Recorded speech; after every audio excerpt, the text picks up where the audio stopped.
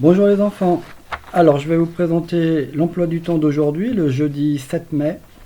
Donc on continue avec les activités de calcul mental sur Calculatis sur le thème du calcul et de la résolution de problèmes avec de la monnaie. Donc les mêmes exercices que les jours précédents, c'est-à-dire l'activité de la caisse et celle du supermarché.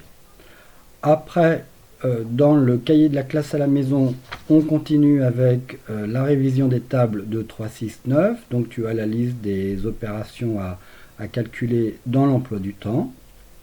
Et après ce moment de calcul mental, ce sera l'heure de l'étude de la langue. Donc, en étude de la langue, le jeudi, nous continuons la conjugaison. On avance sur la connaissance du futur. Nous avions vu le premier et le deuxième groupe, donc il est temps d'aborder le troisième groupe ainsi que les verbes être et avoir.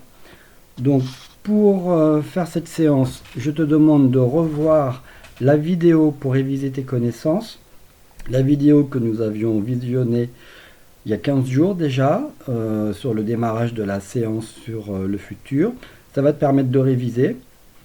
Ensuite, tu pourras lire, imprimer et coller la leçon de conjugaison. Donc c'est la leçon numéro 10 et c'est la suite du futur. Donc je l'ai appelée C10 suite. Pour ceux qui ne peuvent pas imprimer, donc la leçon arrivera par courrier dans quelques jours. Et vous pouvez lire la même leçon dans le livre d'études de la langue à la page 99. Donc une fois que vous avez révisé grâce à la vidéo, puis lu la leçon avec les terminaisons et les conjugaisons du troisième groupe et des auxiliaires être et avoir, vous pourrez faire l'exercice 13 de la page 99 pour vous entraîner à utiliser ces connaissances. Donc là, puisque c'est la première fois qu'on travaille sur ce troisième groupe et être et avoir, le but c'est d'identifier, de reconnaître un verbe du troisième groupe ou bien être et avoir conjugué au futur. Donc pour le reconnaître, tu vas faire l'exercice 13 de la page 99, tu vas avoir une liste de verbes conjugués au futur et ton travail c'est d'écrire l'infinitif de ces verbes. Comme ça te permet de reconnaître un verbe qui est conjugué au futur et de retrouver son infinitif pour savoir de quel verbe il s'agit. Donc, à partir du moment où tu sais quel verbe c'est à l'infinitif, tu peux savoir dans quel groupe il est classé et donc tu pourras appliquer les règles de conjugaison puisque tu te souviens, on l'a vu en classe, que tous les verbes du premier groupe se conjuguent de la même façon, tous les verbes du deuxième groupe se conjuguent de la même façon et les verbes du troisième groupe sont des verbes irréguliers avec le radical qui change. Alors, pour t'entraîner à bien reconnaître le verbe à l'infinitif et donc son groupe lorsqu'il est conjugué au futur, tu vas faire comme ça dans ton cahier, tu vas avoir un verbe conjugué, par exemple je ferai, et ton travail c'est d'écrire son infinitif, faire. Voilà. La semaine prochaine, on abordera la conjugaison à proprement parler des verbes du troisième groupe. Mais déjà, on va s'entraîner à reconnaître les formes des verbes du troisième groupe conjugués au futur. Après, tu auras bien mérité une pause pour ensuite reprendre avec les mathématiques. Donc en mathématiques, nous continuons notre travail sur les grands nombres avec les millions. Donc on a déjà vu l'écriture et la lecture des grands nombres. Nous avons vu aussi leur décomposition. J'ai vu dans les cahiers qui m'ont été envoyés par email, les photos qui m'ont été envoyées par email, que cette décomposition en millions et en milliers était très bien réussie. Donc je vous félicite, c'est très bien. C'est une connaissance importante, sinon il est difficile après de continuer à avancer dans cette aventure sur la connaissance des grands nombres. Donc l'étape suivante, qui est celle d'aujourd'hui, c'est de savoir les comparer, dire quel nombre est plus grand ou plus petit qu'un autre. Donc pour faire cela, tu vas avoir des suites de paires de nombres à comparer, Et pour les comparer, je te rappelle que tu utilises les signes mathématiques plus petit que, plus grand que. Donc, souviens-toi que la partie fermée, ou pointue si tu veux, indique, la partie fermée montre le nombre le plus petit et la partie grande montre le nombre le plus grand. Alors, on peut l'écrire du coup dans les deux sens. Là, je vais lire 1 est plus petit que 2. Et ici, je lis 2 est plus grand que 1. Voilà. Donc, tu vas utiliser ces deux signes mathématiques, plus petit que ou plus grand que, pour comparer des nombres avec des millions. Donc, tu dois utiliser le bon signe. Par exemple, 2 540 000 est plus grand que 2 530 000. Et il y a une deuxième consigne dans cet exercice. Donc, sois vigilant.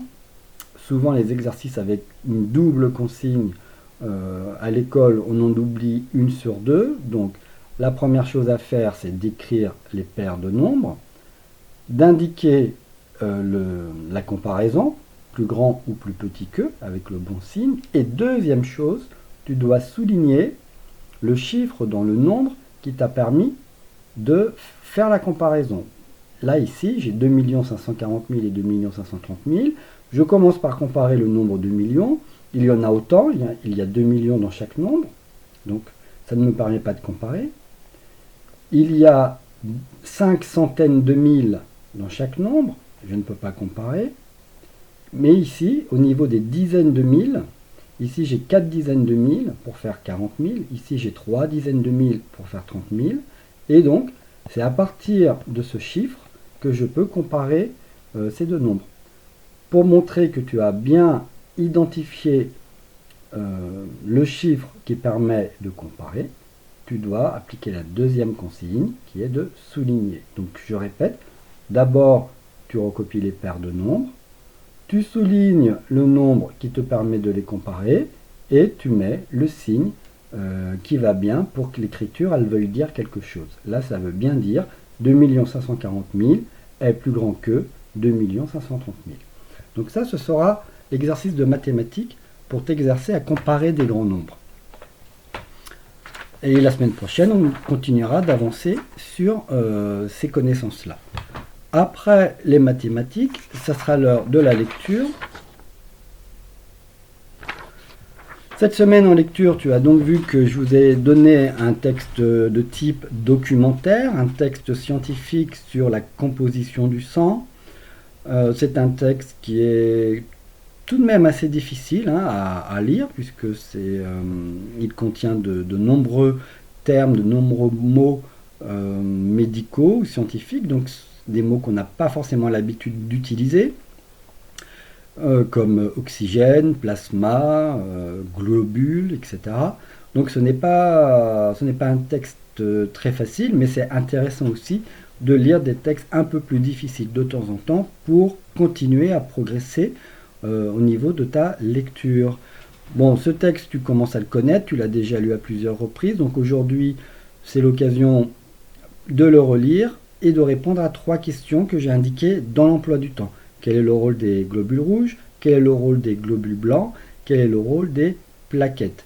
Alors, sois précis dans ta réponse écrite. Ne formule pas des réponses comme c'est un truc qui sert à faire des bidules. Ça, ça va pas m'apporter de réponse. Ça ne me donnera pas de détails sur la connaissance que tu as par rapport à ce texte. Donc, fais l'effort de formuler des phrases qui commencent par une majuscule, qui se terminent par un point, qui veulent dire quelque chose et qui soient précises. Puisque là, on est sur des questions concernant un texte scientifique. Donc, on ne peut pas faire des réponses vagues. Donc, je compte sur toi pour bien t'appliquer pour faire des réponses de qualité sur ces 3 questions. Une phrase suffit, c'est inutile d'écrire 5 lignes pour répondre. Une phrase courte de quelques mots, bien construite, précise, et ce sera parfait. Après ta lecture, tu pourras faire une pause pour continuer ensuite avec l'histoire. En histoire, nous continuons à découvrir ce personnage important dans l'histoire de notre pays, qui est le premier roi des Francs, Clovis, donc au 5e siècle. Il y a 1600 ans. Donc ça fait longtemps.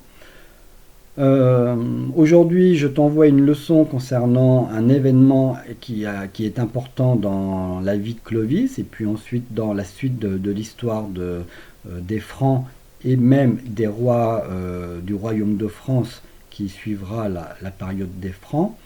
C'est le baptême de Clovis. C'est un événement dans le sens où c'est quelque chose qui s'est passé, qui a marqué l'histoire, parce qu'il y a une histoire qui est différente avant et après ce moment-là. Un événement, c'est quelque chose qui marque un changement entre ce qui était avant et ce qui était après. Donc c'est un événement dans l'histoire parce que Clovis devient le premier roi des Francs chrétiens, et il faut que tu saches que la religion chrétienne sera la religion des rois jusqu'au dernier roi de France, jusqu'à la Révolution française du XVIIIe siècle, puis même après, lorsqu'il y aura une restauration avec un nouveau roi qui viendra au XIXe siècle, pour quelques années, lui aussi sera chrétien et catholique. Donc tous les rois francs et français étaient des rois de cette religion. Et Clovis est le premier. Et comme il a fondé la première dynastie, ses enfants qui sont devenus rois des Francs étaient également des rois francs chrétiens. Puis ensuite il y a eu le royaume de France avec également des rois chrétiens pendant plusieurs centaines d'années. Donc comme c'est le premier, c'est pour cela que c'est un événement historique. Donc aujourd'hui ce n'est plus du tout le cas, aujourd'hui il n'y a plus de roi, et aujourd'hui la religion n'est plus du tout importante pour le pouvoir politique, pour les chefs des États. En France, que le président ait une religion ou une autre, ça n'a absolument aucune importance, mais pendant longtemps, le pouvoir des rois était aussi un pouvoir religieux. Donc Clovis est le premier, et c'est pour ça que c'est un événement important. Donc tu auras une leçon à lire, à imprimer et à coller. La semaine prochaine, il y aura des questions sur cette leçon. Donc lis-la bien pour préparer ton travail de la prochaine fois. Et la leçon arrivera par courrier pour les enfants concernés. Après cela, ce sera l'heure du sport. En sport, je te propose de changer un peu et de visionner une vidéo qui te donne des chorégraphies de danse, de la danse active, hein, c'est de la danse où on utilise pas mal d'énergie. Donc j'espère que ça te plaira. Moi j'aime bien ces vidéos, je les trouve amusantes, je trouve qu'elles ne se prennent pas au sérieux, ça permet de faire des choses intéressantes tout en ayant le sourire et la bonne humeur. Donc j'espère que ça te plaira. Et puis ensuite, on terminera notre journée par la classe virtuelle qui sera ouverte comme tous les jeudis de 13h30 à 14h30. Voilà. Bon, je te souhaite une bonne journée, bon courage pour le travail. Demain, vendredi, c'est le 8 mai, donc je ne donnerai pas de travail à la maison. En revanche, je téléphonerai aux enfants que j'appelle le vendredi pour continuer à prendre des nouvelles. Et on se retrouvera lundi. Bonne journée, à tout à l'heure dans la classe virtuelle.